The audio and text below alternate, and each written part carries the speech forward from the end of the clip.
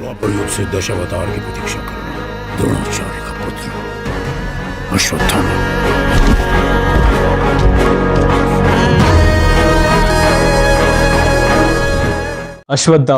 అశ్వత్థామ ఎవరు? అశ్వత్థామ నుదుటిపై మణి ఎందుకు ఉంటుంది?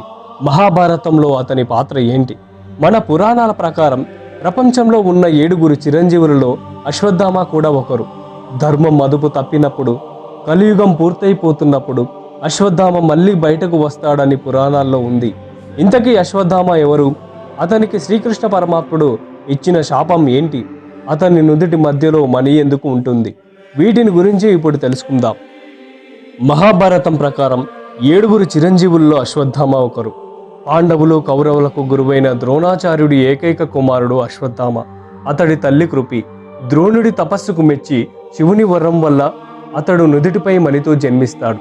ఆ మణి ప్రభావం కారణంగా అతడికి ఆకలి దప్పులు ఉండవు. అంతేకాదు, అశ్వత్థామ అర్జునుడితో సమానంగా ధనుర్విద్యలో నైపుణ్యం సాధిస్తాడు.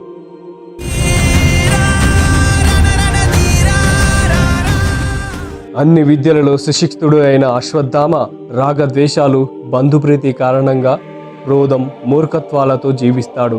అతనిది దుడుకు స్వభావం కారణంగా ధనుర్విద్యలో కొన్ని ప్రమాదకరమైన అస్త్రాలను ద్రోణాచార్యుడు ప్రసాదించడు, అర్జునుడికి మాత్రమే ప్రసాదిస్తాడు. ఇక ఎదుటివారి ముఖస్థితికి లొంగిపోయే గుణం కలిగిన అశ్వత్థామ మొదటి నుంచి కౌరవుల పక్షాన నిలుస్తాడు. ఇక మహాభారత సంగ్రామంలో ద్రోణాచార్యుడిని ఓడించడానికి ధర్మరాజు చేత పాండవులు అసత్యం పలికిస్తారు. అశ్వత్థామ చనిపోయాడని ద్రోణాచార్యుడికి చెప్పడంతో అతను అస్త్ర సన్యాసం చేస్తాడు. ఇది అదనుగా భావించిన దృష్టద్యుమ్నుడు ద్రోణాచార్యుడిని చంపేస్తాడు. ఆ తర్వాత జరిగిన యుద్ధంలో కర్ణ, దుర్యోధనాదులో ఇతర కౌరవ సైన్యాన్ని మట్టుబెట్టి మహాభారత యుద్ధంలో పాండవులు విజయం సాధిస్తారు. అయితే తండ్రి చనిపోవడం, కౌరవులు ఓడిపోవడం అని తట్టుకోలేక అశ్వత్థామ తీవ్ర కోపంతో రగిలిపోతాడు. అనంతరం శివుని అనుగ్రహంతో వరం పొంది ద్రౌపది పుత్రులైన 5 ఉప పాండవులను చంపేస్తాడు. ఇది తెలుసుకున్న శ్రీకృష్ణుడు పాండవులు అతడిని వెంబడిస్తాడు. గురుపుత్రుడన్న కారణంగా చంపకుండా వదిలేస్తాడు.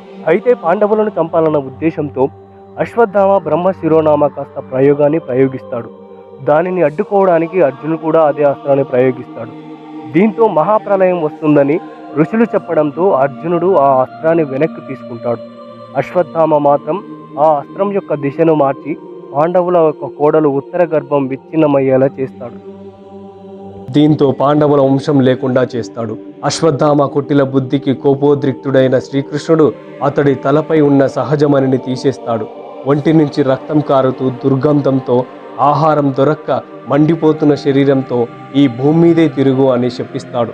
తాను చేసిన పాపాలకి ప్రాయశ్చిత్తం లేదా అని అశ్వత్థామ అడగగా, కలియుగం పూర్తయ్యే సమయంలో తానే మళ్ళీ కల్కి అవతారంలో వస్తానని, తాను గర్భంలో ఉన్నప్పుడు తన తల్లిని కాపాడాలి అని పరమాత్ముడు చెప్తాడట.